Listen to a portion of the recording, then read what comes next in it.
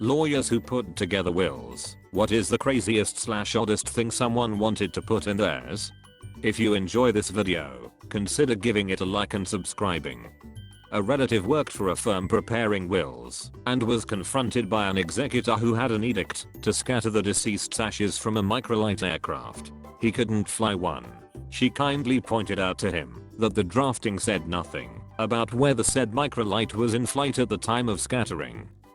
I'm a qualified solicitor. My favorite two are: a lady wanted to create a trust fund of £100,000 for her pet fish. When I asked if it was a special kind of fish, she confirmed it was just a normal goldfish, but she wanted it to be fed fresh avocado every day and be looked after by a local dog walker after she died.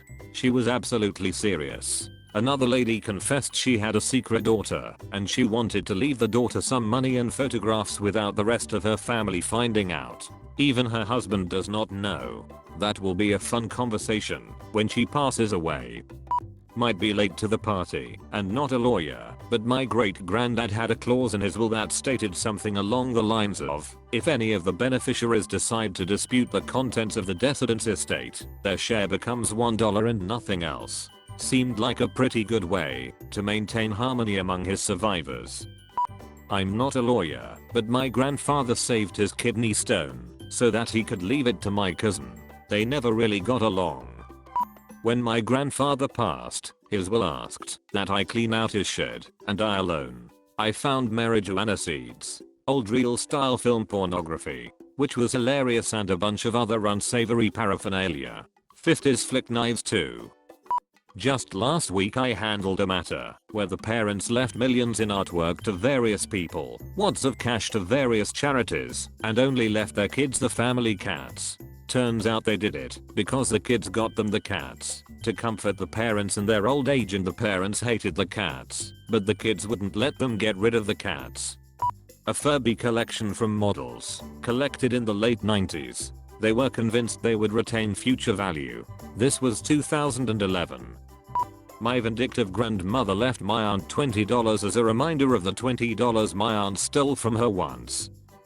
My grandfather left my uncle 3 things from his rather valuable estate. $1 in unrolled pennies. A framed copy of the contract my uncle signed saying he owed my grandfather $100,000, never repaid. A framed copy of the letter my uncle sent my grandfather saying he was disowning my grandfather for being cheap, with my grandfather having written "accepted a-hole" and signed his name. I was only a kid, but I understood and laughed at it when I heard my uncle cursing my grandfather to the attorney. Still laugh today, and my grandfather was right. He is an a-hole. Not a lawyer, but I work at a law firm. One client left $100,000 to his 2 cats so they could maintain their current lifestyle. I, early 20s, was forced to write a will due to the health insurance I get at work, and, amongst sensible stuff, the in-house lawyer said it was totally okay for this clause to be added. My funeral wishes are that I be buried in a coffin which has been spring-loaded, such that opening the coffin would cause alarm to future archaeologists. Then a bunch of stuff about if this is too costly I'd be cremated and have my ashes scattered in a specific place.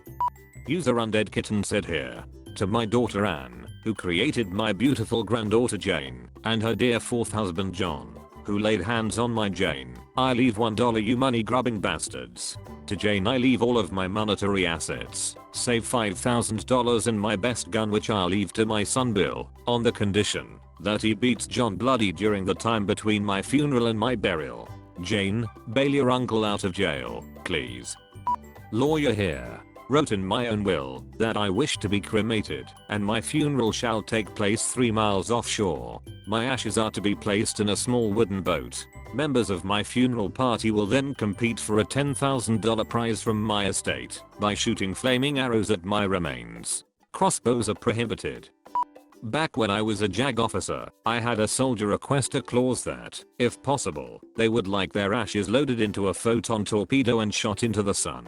I don't think he realized, before he went to sign it, that his co was witnessing them all. I was drafting a will for a fighter pilot.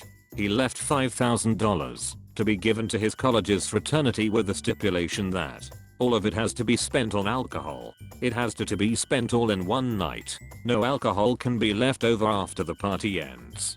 And then he wanted the quote last rounders on me boys to be included right after. That guy was such a cool dude that he brought in donuts when we notarized his will. Not a will, but a deed. The city I work for was renovating a small park that was donated to the city in the 1910s. We went looking through the handwritten deed for easements or other restrictions and found that the family could claw the property back if the park were not perpetually provided with a fountain of pleasant running water fit for consumption by man and beast alike. The family still has descendants in town, so we installed a new water fountain with a dog bowl filler just to be safe.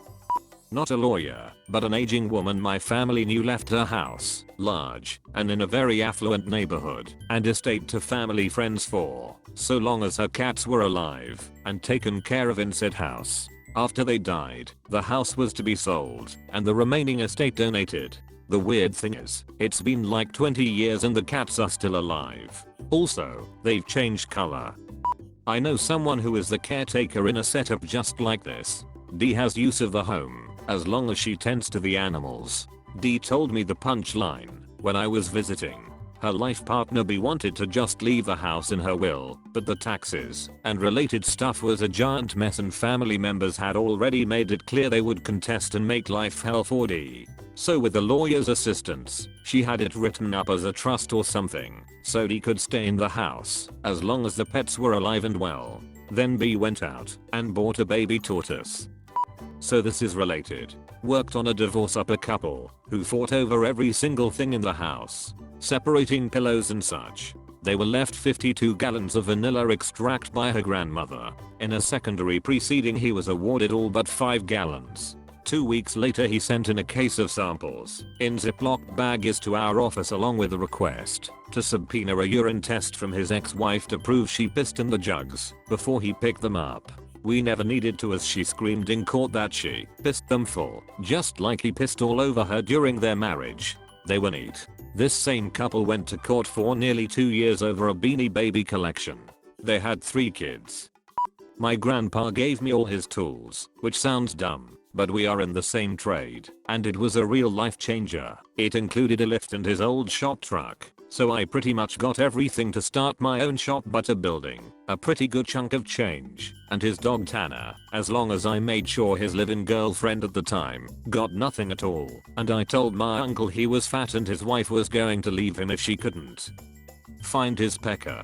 There was literally a script inside the will. It all went smooth and my uncle lost weight and Janice is an a-hole, and it turns out Tanner is kind of an a-hole too, but it's okay, because my grandpa was kind of an a-hole, a good one, but still sort of an a-hole, and they have the same mustache and eyebrows so now I come home from work every day and get stared down by my grandpa while I poop.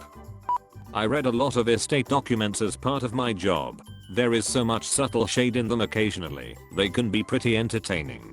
One super wealthy lady had a huge section for the care and well-being of her pets, with primary and successor caretakers a certain amount of money from the trust for care and feeding of each pet. One pet owner might receive $3,000 a month to take care of one of her pets after she passed, and certain stipulations on how they were to be cared for. While some might see it as excessive, the language and stipulations she had and how they were referred to showed that she really loved her pets. In that same will and trust, she also left a slew of people only $1, so that there would be no chance they could take the trust to probate court on the basis that they were merely forgotten. That part had so much subtle shade. A lot of they know what they did, they are well aware of their guilt in the matter, etc. Then she split up about $2 million among 5 or 6 different animal rescues and animal welfare charities. It was around 200 pages long, and I swear I read the entire thing just for the sheer entertainment value. I'm not a lawyer, but my dad put something really weird in his will. I, a 17-year-old last year, was the recipient of a rock thrown at my head. I owed it to my dad's quirky sense of humor and he probably thought that it would be the funniest thing to ever happen. And it was even any special rock, it was one you'd find at the bottom of a river. Anyways, this year I was reading some of the stuff he had written as I was never allowed to see the will being that I was too young at the time and didn't think he'd end up dying. Regardless, the note under my name and recipient items I was to get if he died was: throw this rock at Club Tuna 15 and hit him in the head with it, but make it surprising. And I was thinking, what the shit, Dad, what kind of a will is this? Then I read a little further on, and he had left a note saying this is a rock that I had hit him in the head with when he was teaching me how to skip rocks when I was younger, and I hit him so hard it dented his skull above his ear and it never really healed. It was the most meaningful thing he'd ever done, and after all the years me and my dad had messed around with each other, it was his way of winning and taking the final crack at me. It was so heartfelt it moved me to tears. He got the last laugh, and I was completely okay with it. If you enjoy these videos, please consider subscribing.